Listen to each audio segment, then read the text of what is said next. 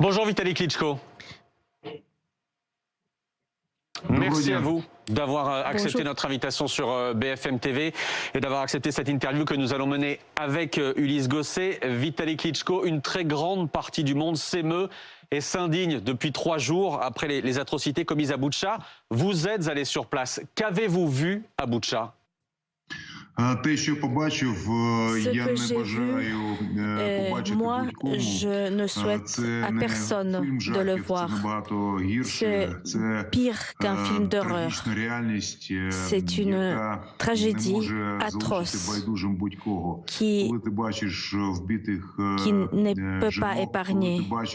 Le fait de voir les femmes tuées, les voitures criblées de balles alors que c'est écrit « enfant », des taches de sang partout, les habitants civils avec les mains ligotées et avec une balle, et la ville complètement détruite, les maisons détruites. C'est mon pays, c'est les villes qui me sont chères, les faubourgs de Kiev. Et en fait, le fait de voir une telle désolation dans mon pays, c'est dévastateur. Je ne peux pas le décrire. Il n'y a pas de mots pour ça. Comment appelez-vous ce qui s'est passé à Boutcha ? Je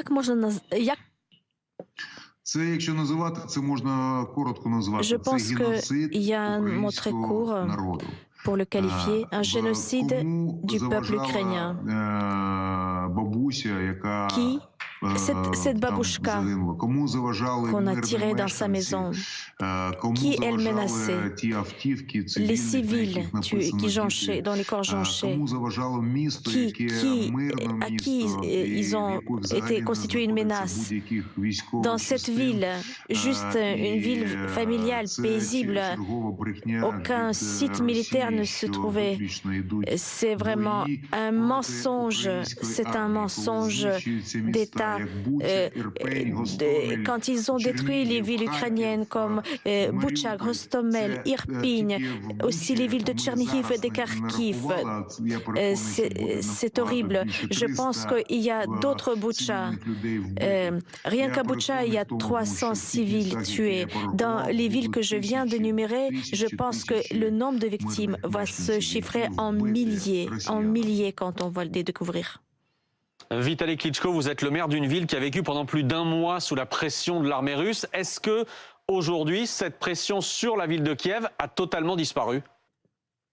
Moi,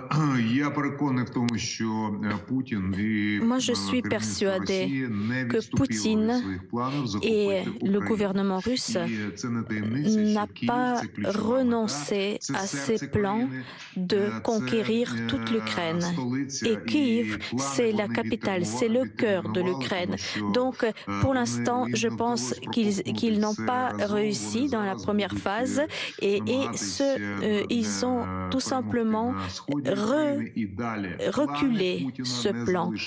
Mais Poutine, c'est un logiciel et son plan reste en vigueur. Et quand s'ils font tomber le Donbass, Donetsk et Lugansk, il peut avancer, conquérir toute l'Ukraine et aller en Pologne, en Tchéquie, à Hongrie, à Berlin. En fait, le but de Poutine, c'est de reconstruire l'URSS de 1945. Donc, je ne sais pas quels sont les appétits de Poutine. Que dites-vous justement aux Ukrainiens qui ont fui Kiev ces dernières semaines et qui cherchent dès maintenant à y revenir ? Je comprends comment cette question est pressante.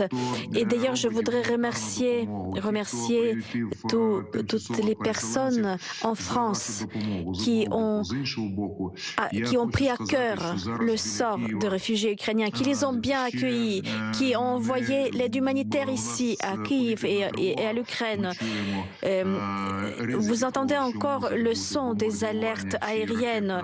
Il y a encore le risque des alertes, comme ces alertes en témoignent, des attaques par missiles, les attaques sur tous les alentours de Kiev sont exposées. Nous avons également, dans certaines localités autour de Kiev, le couvre-feu. Le couvre-feu et aussi un grand travail de déminage est mené dans les banlieues autour de Kiev. Donc je demande à termoyer d'une semaine ce retour de Kieviens, ceux qui veulent revenir vers Kiev. Nous essayons de rétablir tout le nécessaire, toutes les communications, tous les services communaux et je suis persuadée que d'ici une semaine, la vie à Kiev sera plus sereine. La pression militaire russe s'exerce maintenant encore plus fortement à l'est et dans le sud. Qu'est-ce que vous craignez pour les jours à venir ? Comme je vous ai dit, les Russes ont redéployé leurs forces, des troupes qui se sont retirées des alentours de Kiev. Ils ont été redisloqués. Mais les forces ukrainiennes ont détruit ce mythe de l'armée la plus forte au monde. L'armée ukrainienne les a battus, a battu l'ennemi. Et pourquoi cela a été possible? Parce que les Ukrainiens défendent leur pays, leur maison, leurs femmes. Vous comprenez bien la différence. Faire la guerre pour l'argent ou alors faire la guerre pour défendre son propre pays. Et je suis persuadée que le plan de Poutine, au final, ne marcherait pas. Maintenant, la grande bataille va se jouer à l'est et dans le sud. Mais je vous alerte, le plan de Poutine, conquérir toute l'Ukraine, restera toujours. Et il va réessayer. Donc, nous ne voyons pas de lumière pour l'instant au fond du tunnel. Quand les Russes parlent des compromis, je ne sais pas de quel compromis, de quels gages territoriaux ils veulent prendre. Si ça, c'est un compromis. Pour moi, ce n'est pas un compromis. Donc, nous espérons tous qu'une solution sera trouvée pour arrêter cette guerre, mais on n'est pas prêt d'accepter le compromis. Le compromis pour nous, c'est que le dernier soldat russe quitte la terre ukrainienne et nous allons défendre nos femmes, nos enfants, notre patrie. Mais quand même, vous parlez de cette offensive qui se prépare sur le Donetsk. Est-ce que vous estimez aujourd'hui être prêt à faire face? Est-ce que vous avez assez d'armes et d'hommes pour finalement empêcher les Russes de gagner cette bataille? Les Occidentaux et les Européens maintenant vous fournissent de nombreuses armes, notamment des tanks qui arrivent pour la première fois depuis le début de la guerre. Est-ce que c'est suffisant pour vous? Est-ce que vous êtes prêt pour cette bataille? Nous faisons face à une deuxième plus grande armée du monde. Nous avons besoin des armes sophistiquées et modernes. Nous avons besoin plus de chars, plus de munitions performantes. Donc, évidemment, comme nous défendons aujourd'hui tout le monde démocratique, la démocratie en tant que référentiel de valeurs, eh bien, donnez-nous le maximum d'armes et de soutien politique et militaire. C'est ça dont nous avons besoin. Également d'un soutien humanitaire. Nous sommes en train de nous défendre. Nous avons besoin de capacités défensives pour défendre notre terre. Donc, les chars contre les chars. Nous avons besoin de missiles pour défendre notre ciel. Nous avons besoin de repousser l'agresseur. Vitaly Klitschko, est-ce que vous n'êtes pas de fait en train de perdre l'Est et le Sud de votre pays? Non, je ne le pense pas. Parce que, vous vous rappelez, on nous a dit il y a quelques semaines que Kiev, il ne lui reste que quelques jours. Et même on a conseillé à notre président de s'exfiltrer. Mais vous avez vu, les forces armées ukrainiennes ont montré leur caractère, leur préparation au combat. Et je pense que pour gagner, ce qui compte, c'est la volonté et l'aguerrissement. Et donc, je pense que les Ukrainiens ont tout ce qu'il faut pour ça. Après, nous avons besoin d'aide en termes d'armes, et nous savons que des grandes batailles nous attendent. Nous comptons sur votre soutien jusqu'au bout. Partout en Europe, Monsieur le maire, on se demande comment peut-on arrêter la guerre. Est-ce que, par exemple, la négociation de la neutralité de l'Ukraine et d'un statut d'autonomie du Donbass est une bonne solution? Le président Zelensky en a parlé. Est-ce que vous pensez qu'on peut négocier la neutralité de l'Ukraine et un nouveau statut du Donbass pour arrêter la guerre? Est-ce que ça peut être une bonne voie de sortie pour permettre un cessez-le-feu?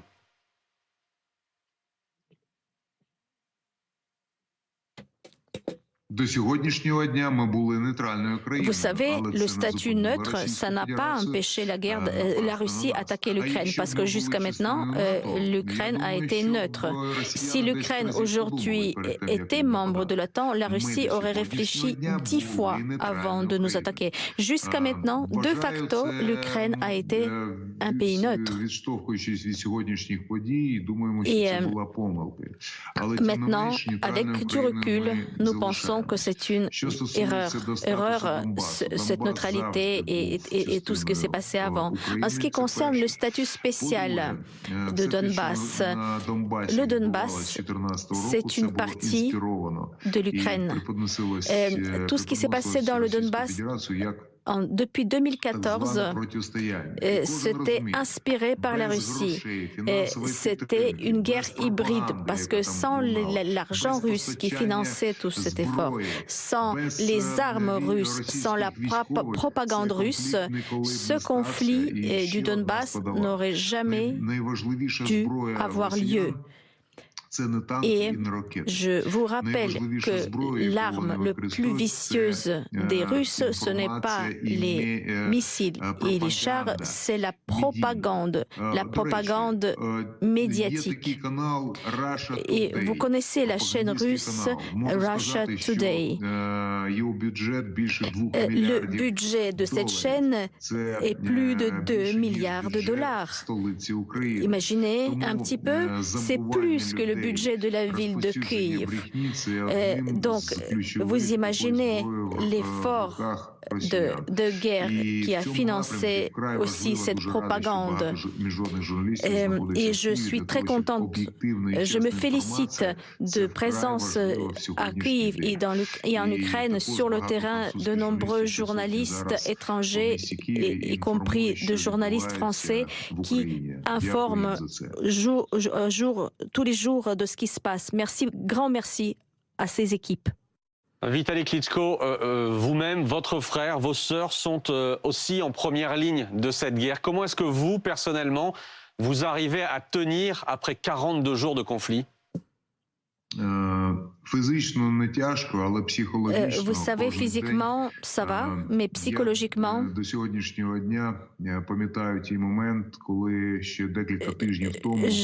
me rappelle encore lorsque nous avons rencontré des personnes évacuées. J'ai parlé à un petit garçon de 7 ans. Il était triste. Et il parlait de son papa et de sa mère, de sa maman. Et en fait, Et après, à l'oreille, la personne qui l'accompagnait m'a chuchoté à l'oreille qu'il ne sait pas encore le petit, mais il est déjà orphelin. Et là, j'ai toujours l'image de ce garçon. C'est très difficile d'accepter ça, cet état des choses. Les gens qui ont perdu la maison, l'économie de toute leur vie, des proches, des gens qui se trouvent comme ça, déchirés par la guerre. Et notre mission, c'est de donner aux gens le réconfort, de leur trouver un cadre de vie, de travail normal. C'est quelque chose de très difficile quand la guerre est passée par là, quand la guerre est toujours là. Sur le plan psychologique, c'est très difficile. Mais je suis sûre, nous sommes une nation solide. Notre esprit, notre état d'esprit est très fort. C'est une épreuve pour chacun, mais on n'en sortira que plus fort. Merci beaucoup. Merci Vitaly Klitschko. Merci Monsieur le maire d'avoir accordé cette interview ce soir à BFM TV. Merci à vous. Merci beaucoup.